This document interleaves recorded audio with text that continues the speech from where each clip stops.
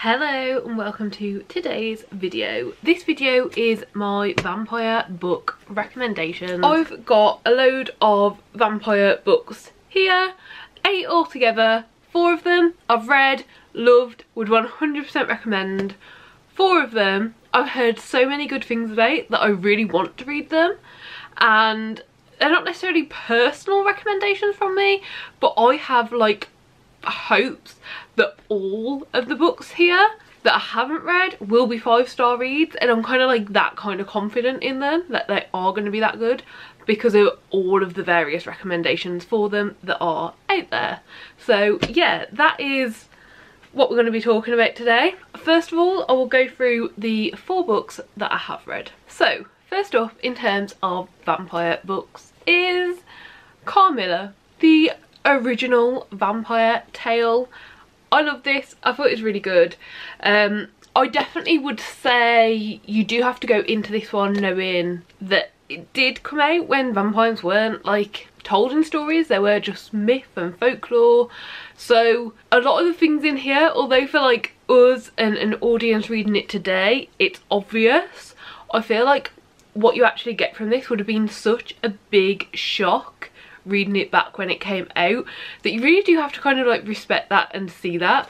So basically Carmilla is about a girl, Carmilla, who shows up to this house. We don't get Carmilla's perspective or anything, but at that house lives Laura, who is a young girl, and she basically just wants a friend and befriends Carmilla, and they have this friendship and maybe more than a friendship, and it's very short amount of time and it's very much just about their friendship and figuring each other out and maybe figuring out exactly what's going on.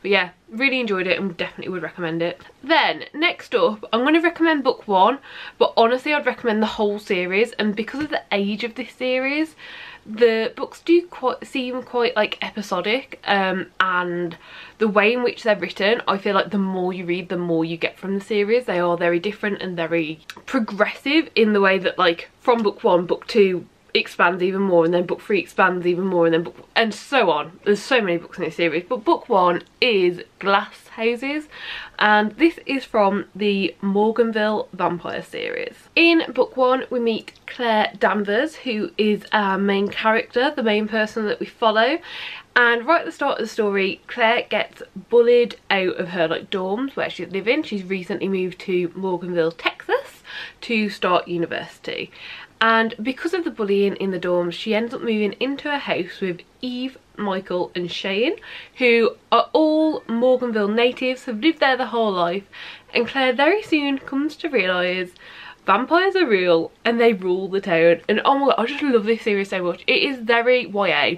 It is very kind of like Vampire Diaries the TV show kind of gives me these vibes, and yeah, just any YA vampire story. But this is a twist because our main character is not a vampire, and the actual like political and town structure is made up of all these different vampires, and there's so much to learn, and our main character is extremely clever, and the further on into the series we go that definitely plays more of a part to what's going on and what she can add to the town as well. And then just a YA classic that honestly most people have probably read if you are like of a similar age to me, grew up at a similar time. I only read this recently, but it's definitely one that most people read when it was coming out, and that is Vampire Academy. Now this is a 6-book series, but I definitely feel like from book 1 you know if you're gonna like it or not. Vampire Academy, we follow Rose Hathaway and Lissa Dragomir, and Rose is a type of vampire where it essentially means they're half vampire, and Lissa is a type of vampire where they're like full vampire but they are mortal. They have a normal, maybe not normal lifespan, but they will die at some point. They're not these vampires that live forever and ever. And Rose, being the half vampire and that type of vampire, is a protector, and Lisa and Rose are best friends, and Rose wants to be Lisa's protector. And in book 1, very quickly, they get taken back to St. Vladimir's Academy, which is a school they're meant to be attending, but they had tried to run away. And yeah, just so many events and so many things are uncovered from this. On the back it says the girls must survive a world of forbidden romances, a ruthless social scene and terrifying nighttime rituals. But yeah, it's a load of fun and it is very much YA vampire, but the vampires in this are very different. We have 3 types of vampire and there's a lot of like differences and nuances to them. And then last but not least, the books that I've already read and would recommend is Fangs.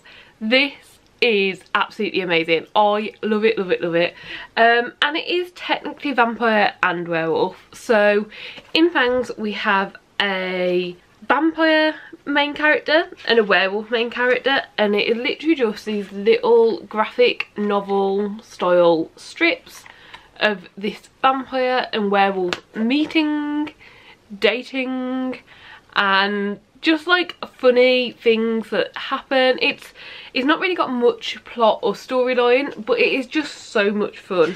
For instance, one of the first pages that we have is pros and cons list that the vampire is making between dating the werewolf or eating the werewolf. And it's just like little things like that, and it's so cute. It's so much fun. You can probably read this in about an hour, honestly. It's so short and so cute, but I absolutely love it. I gave it 5 stars. It's great. So now we're moving on to the 4 vampire books that I would like to read, and I'm not putting a real time span on these, but I would think within the next kind of 6 months I would like to have read these by. So I'll just do the order that they're stacked up in, which is literally just in size order. But first of all, we have Salem's Lot. It wasn't until recently that I knew this was about vampires, and because I know that I like vampires and like that kind of lore and, you know, like just vampire things, vampire aesthetics, I think this should probably be the first Stephen King I try. I only own about 4 Stephen King books, so they're easy to pick up in charity shops, and there was a time when I owned a lot more. But yeah, this is one that, reading the back, really sounds interesting to me. And after learning it's about vampires, it's really been bumped up that list even more. So yeah, I will just read the back of this, but this is like one of the most recommended books that I see out there in terms of vampires, but also one of the most recommended Stephen King books that I see out there as well. Thousands of miles away from the small township of Salem's Lot, 2 terrified people still share the secrets of those clapboard houses and tree-lined streets. One is an 11-year-old boy. He never speaks, but his eyes betray the indescribable horror he has witnessed. The other is a man plagued by nightmares, a man who knows that soon he and the boy must return to Salem's Lot for a final confrontation with the unspeakable evil that lives on in the town where no one is human anymore. I'm guessing the whole town's turned into vampires, but I'm not sure, and it just sounds so cool and so interesting. And I've heard that like the big baddie in this one is like one of the best like big baddies that you get, so yeah, really intrigued and really want to know more. Then next up, a classic, one that up until hearing about Carmilla I thought was the first vampire book, but it's actually not, and that is Dracula. I've still never read it. I definitely want to, but my edition of it, I will show you how small and tiny the writing is, and I think that is what's putting me off. So I might look into getting a better edition, to be honest, because these are just the like, you know, I think they cost about £1-2 and you can find them cheap on like even on bookstore websites or at many charity shops. So I might have a look around and see if there is a book where I'm not going to be needing to hold it this close to my face to read it. But yeah, Dracula. What is Dracula about? A vampire. I know very little, honestly. I know what I've read on the back, so again I'm just going to read the back. Most people will be familiar with the Dracula story, even if you haven't read the book. There are many adaptations. I've definitely seen a film at some point when I was a child, but my memory of that isn't great, so I really don't feel like I have the best understanding.